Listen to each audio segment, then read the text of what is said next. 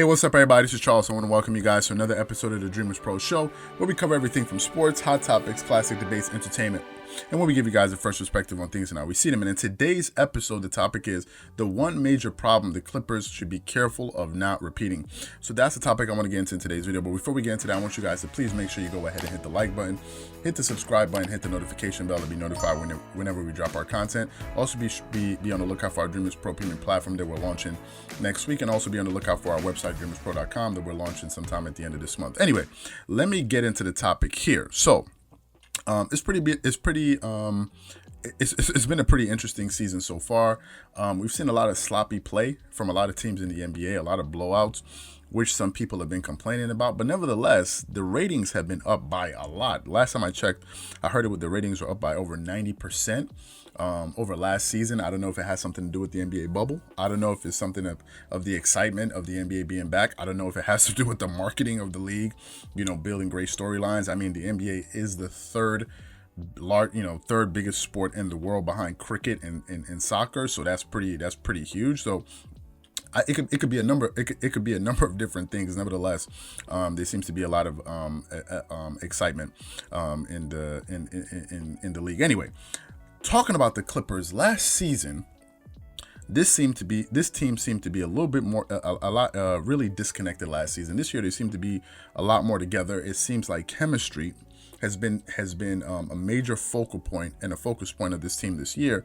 And the team so far, if you watch them in these games, the team camaraderie seems to be at an all-time high, right? Guys are always high-fiving, guys are cheering on the bench, cheering their teammates on, and it makes you wonder, why didn't they do that last season if it's something that they could have done all along? But nevertheless, this year, the team seems to be way more connected, and I think that also has to do with some of the additions that they've added to the team. If you think about a Nicholas Batum and a Serge Ibaka, these are not also great players. These are not just great players, but they're also great locker room guys. If you think about Serge and the relationship that Serge and Kawhi Leonard it goes back 2 years. Like, these guys were teammates with the Toronto Raptors when they were winning titles.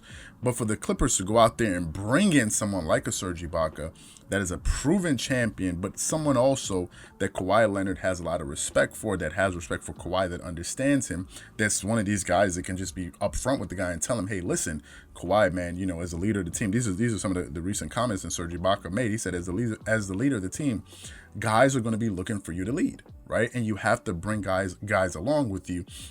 Whatever you do, guys are going to follow. And Kawhi Leonard has been taking a lot of the suggestions that Serge Ibaka has been giving him, and you can see that he's kind of improving himself as a leader this year and is really working out well. Nicholas Batum is another great locker room chemistry guy, right? If you see the guy talk, he seems like a consummate professional. He seems like he doesn't have a lot of drama. He just goes about his business.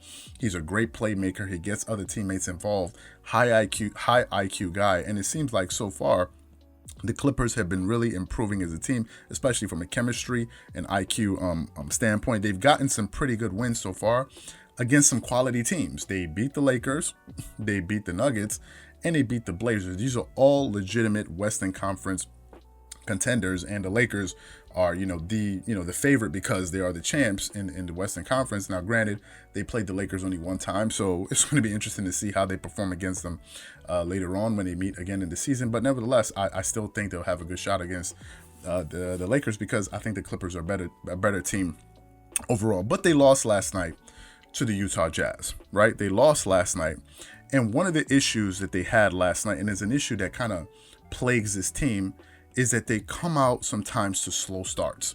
And last night they did it twice. They did it in the first quarter and they did it in the third quarter. In the first quarter, they were kind of like going through the motions.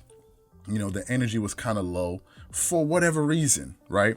Now, I don't know if it has something to do with the fact that maybe the Clippers didn't take the Utah Jazz that seriously. That could be one thing. Maybe they don't view them as a threat, which is one thing. Or maybe it's just something about this team where some games they just have low energy. It's the same thing we saw when they lost against, the Dallas Mavericks. They came out there flat-footed in that first quarter, and then once the Dallas Mavericks got a lead, they just built on it, and the lead ballooned, and all of a sudden they were down 51 points. I think it was 51 points or 50 plus points, by the halftime, and then the game just went out of hand, and they had their worst loss in franchise history. But last night they did the same thing. In that first quarter, they came out with low energy. They didn't seem as focused. Then in the second quarter, they got going. Guys started playing hard, competing, playing defense, and they were able to cut the game, I think, to about 10 points before the half, right? It was a 10-point game. Then in the third quarter, they did exactly what they did in the in the first quarter, dug themselves in a hole, and then in the fourth quarter, they had to fight back, and they made the game close, and that's why I think they lost by less than 10 points. But if you watch that game, the Clippers were playing from behind pretty much all throughout the game, and all of it was their doing. Now, granted, the Utah Jazz did play very well. Like, you want to give the team credit, they played well, but the Clippers had no business coming out there with that, with not having as much energy as they did in the first and third quarter.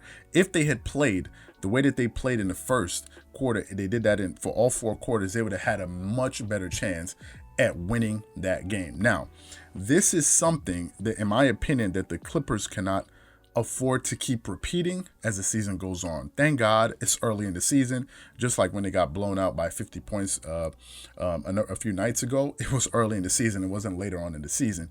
But these are some of the habits that the Clippers need to try to eliminate. A lot of times when they lose is because they're beating themselves.